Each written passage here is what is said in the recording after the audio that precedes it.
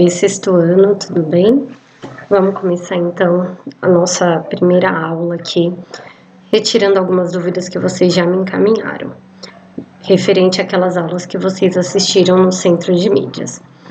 Para começar, primeiro a gente vai fazer o nosso contrato de convivência da quarentena.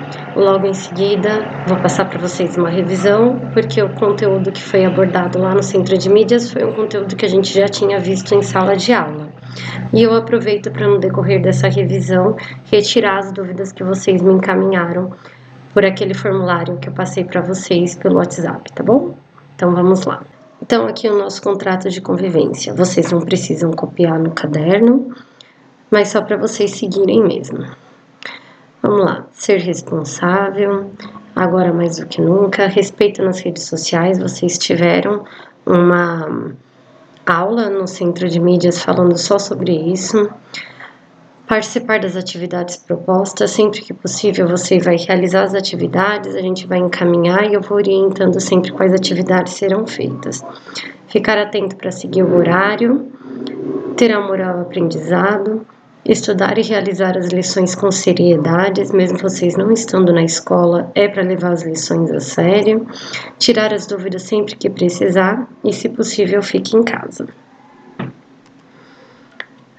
As duas primeiras aulas que vocês já tiveram pelo Centro de Mídias abordaram essas duas habilidades. Foram habilidades que a gente já havia trabalhado em sala de aula, então por causa disso essa aula vai ser uma revisão.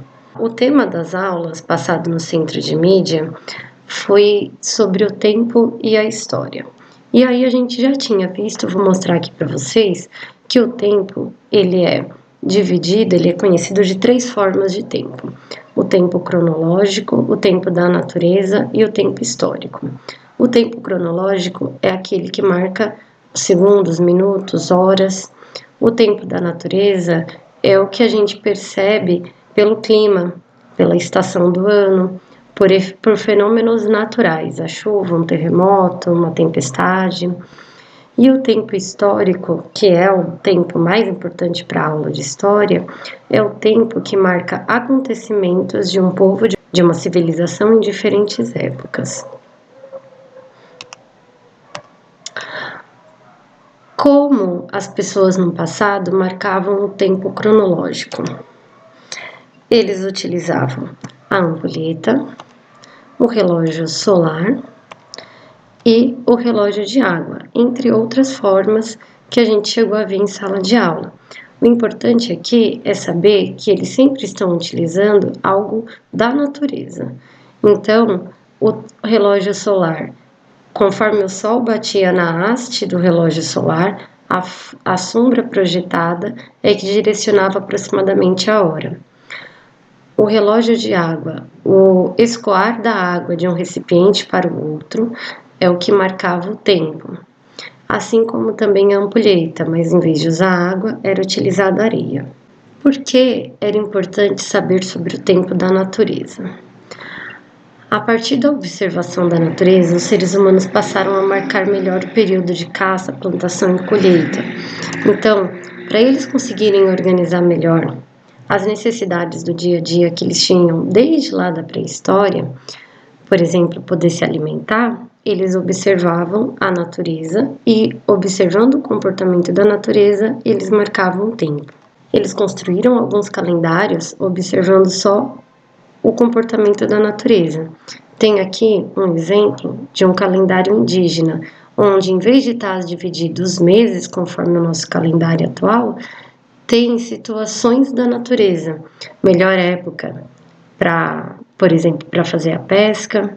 E por esse calendário indígena, eles observavam a chegada do verão, organizaram a sua rotina, então, observando o comportamento da natureza. Assim, eles sabiam fazer a agricultura, eles sabiam o melhor momento para fazer a caça, e assim eles seguiam a vida. E o tempo histórico? Nós chegamos a ver em sala de aula a linha do tempo. O que é importante a gente saber dessa linha do tempo? É que ela foi construída culturalmente dentro de uma cultura europeia. E os primeiros historiadores que montaram essa linha do tempo, eles entendiam que a história de um povo existia a partir desse povo ter uma história escrita. Então, se não tinha escrita, era entendido que não existia história. Porém, com o passar do tempo, mais historiadores fizeram pesquisas e descobriram que era sim possível saber a história de um povo antes deste povo ter desenvolvido a escrita.